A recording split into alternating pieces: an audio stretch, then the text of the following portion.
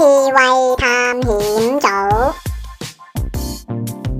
大家好，好耐冇同大家分享 staycation 嘅體驗。今集我哋同大家嚟到香港島，深入呢個城市嘅中間，試下一個比較特別啲嘅住宿體驗。喺中環落咗車之後，我哋就慢慢向山上面行，嚟到半山區。呢度就係位於麥當勞道嘅麥當勞道2號 To McDonald Road。呢間酒店遠離咗平常酒店林立嘅商業區，鄰近嘅全部都係半山區豪宅。酒店大堂位於大廈嘅8樓，第一眼見到呢度嘅裝修都幾有現代感，唔會俾人任何俗氣嘅感覺。今日雖然係星期六，但係都唔需要點樣排隊就可以完成入住手續，而且我覺得呢度啲職員態度都非常之友善，好樂意咁樣為我哋嘅住宿需要提供咗好多有用嘅建議。第一個印象真係唔錯。呢個住宿計劃可以提早至朝頭早11點 check in， 同埋第二日延遲到下午3時 check out。一晚嘅住宿價錢連埋服務費都只係888蚊，所以見到呢個價真係點都要嚟試一試。我哋今次住咗喺酒店31樓嘅天際客房。31樓其實已經係酒店嘅鳳凰樓層，即係頂層對落嘅第2層。房間望落去都唔算細，可以放得落3邊落床嘅雙人床，同埋仲有一個開放式嘅廚房以及用餐嘅地方。我都幾中意呢度冇地氈，咁樣就更加乾淨啦。窗外有個居高臨下嘅無敵動植物公園景，遠處就係中環商廈區、維多利亞港，仲可以望到九龍半島嘅樓景，都算係非常之開揚，冇得輸啦。同一個窗景就只有住喺呢度附近嘅半山豪宅高層先至望得到，可以話同有錢人分享咗同一個景觀，都算係叫做高人一等啦。呢度嘅床褥標榜咗使用高級嘅品牌，佢都確係幾有承托力，好舒服喎。開放式廚房都確係唔馬虎，有齊晒基本需要嘅用具同埋電器，例如微波爐、抽油煙機同埋電磁爐。不過就略嫌開咗抽油煙機之後都仲會有少少油煙味，所以就要避免煮啲太多油煙嘅嘢食，同埋煮嘢食嘅時候真係要開大啲個冷氣啦。呢度都有提供安心包俾住客，即係口罩套同埋酒精潔手液。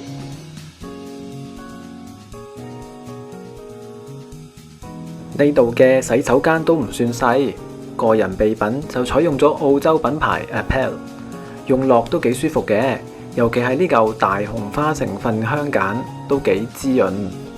呢間酒店就唔算太多設施，洗衣房同埋健身室就喺酒店嘅8樓，洗一次衫需要50蚊，抵唔抵呢？就見仁見智啦。另外值得一讚嘅就係呢間酒店嘅健身室係24小時開放嘅，雖然設備就唔算太多，但都確實係應付到基本嘅需要。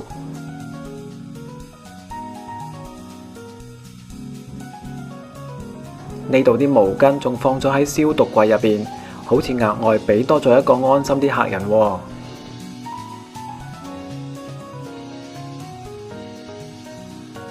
我哋呢個住宿計劃另外亦都包括喺 Cafe on 8享用嘅綠野仙蹤雙人下午茶。官方資料原本就話用餐嘅時間係3點至到5點半，不過今日可能真係人好多，所以就分咗2個時段，我哋就被安排咗4點半先至開始有得食啦。餐廳外面有個好翠綠嘅公園景，用餐嘅時候睇住外面真係會感覺到心曠神怡。我仲有少少離開咗香港嘅感覺，好似去咗東南亞旅行咁樣。餐廳入面嘅環境都好舒服，而且我覺得餐廳員工都真係好有禮貌同埋好細心。呢度有自助嘅咖啡同埋茶俾客人享用，另外加錢嘅話仲可以試埋其他特色嘅飲品添。喺度坐咗大約15分鐘，下午茶就送到嚟啦。職員攞住托盤走出嚟嘅時候，望落真係好吸引。碟上邊好似有啲仙氣噴出嚟咁樣，即時成為咗全場嘅焦點。拎開咗個蓋之後，會見到好多白煙喺個冷盤碟度湧出嚟，真係好得意嘅。當然要即刻上機先食，影翻幾張靚相，打個卡先。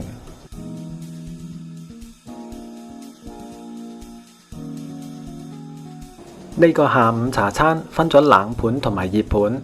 冷盤用一個升高咗嘅透明玻璃碟裝住，有8款嘢食。熱盤呢就用咗一個長形嘅碟裝住，有4款食物。首先就試下佢嘅黑松露醬帶子撻撻，賣相都幾吸引，上邊仲有幾塊金箔。食嘅時候帶子一粒粒都幾彈口，仍然好有質感。煙三文魚黑魚子雕草忌廉芝士，將唔同嘅口感同埋味道混搭咗一齊，啲芝士同埋魚子味道都好甘香，拼埋青瓜就令到個口感好清爽啦。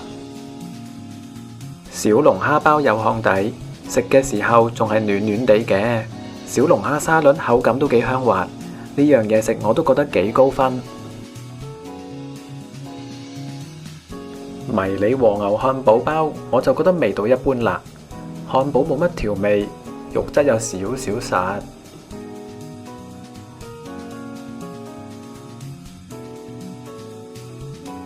法式杏仁餅嘅甜度掌握得好好，唔會有好甜好漏嘅感覺。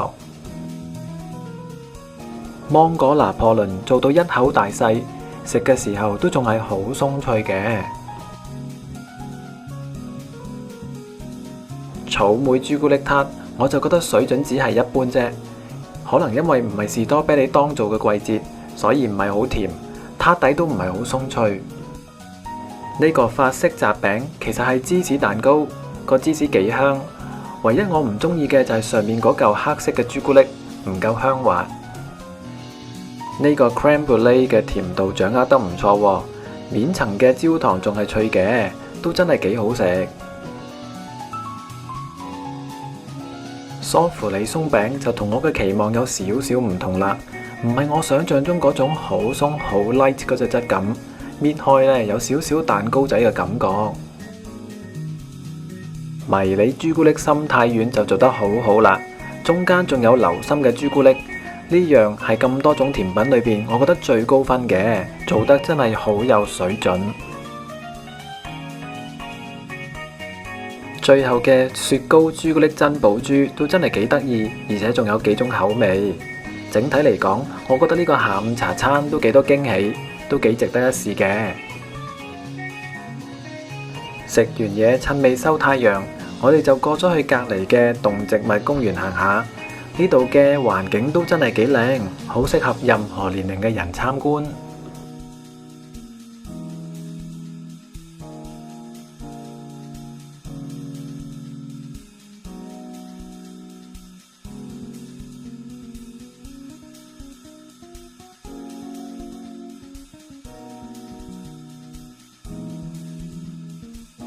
距離酒店一個街口，你可以揾到超級市場，撳就腳都真係好方便住客嚟呢度買嘢食返酒店煮。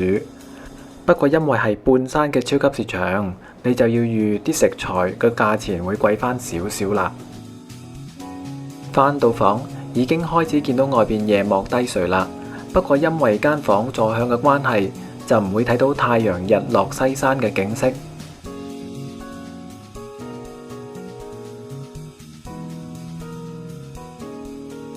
我哋今晚就用下個廚房，喺房入面煮咗啲簡單嘅食材，輕輕鬆鬆咁嘆咗一餐啦。溫馨提示，我覺得呢度啲碗好細，如果想食嘢有個正正經經嘅碗載住，就要自己帶定啦。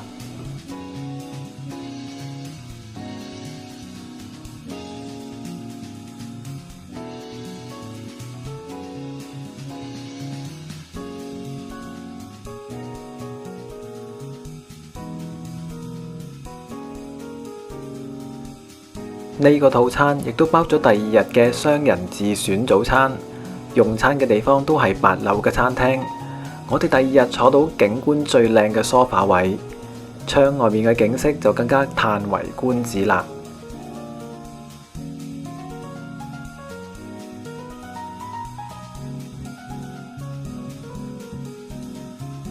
我哋兩個都揀咗全日早餐 set， 食物賣相好靚。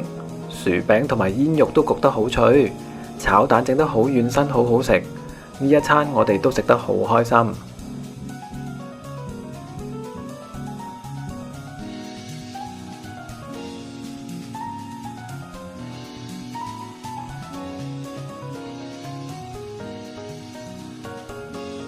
又係時候做翻個總結。以2人總共888蚊，有一晚超靚景酒店房，再配合埋一個咁有特色嘅雙人下午茶，同埋第2日嘅早餐，我就覺得真係超抵啦。而且呢度嘅職員服務態度真係超好，令到我哋有個好好嘅印象。所以今次住宿計劃，我哋就俾咗佢4.4分嘅總分。今集就傾住咁多先，下一集見。本影片並非廣告，全屬個人視頻分享。由於住宿及餐飲計劃時有改動，是次分享嘅價格同埋細節可能與最新安排有差異，如細節上有錯漏，敬請見諒。如果中意呢段片嘅話，記住 CLS 3部曲，俾個 comment 同埋 like， 順便 share 段片同埋 subscribe 我哋個 channel， 仲有可以撳埋鐘仔搶先看。下一集見，拜拜。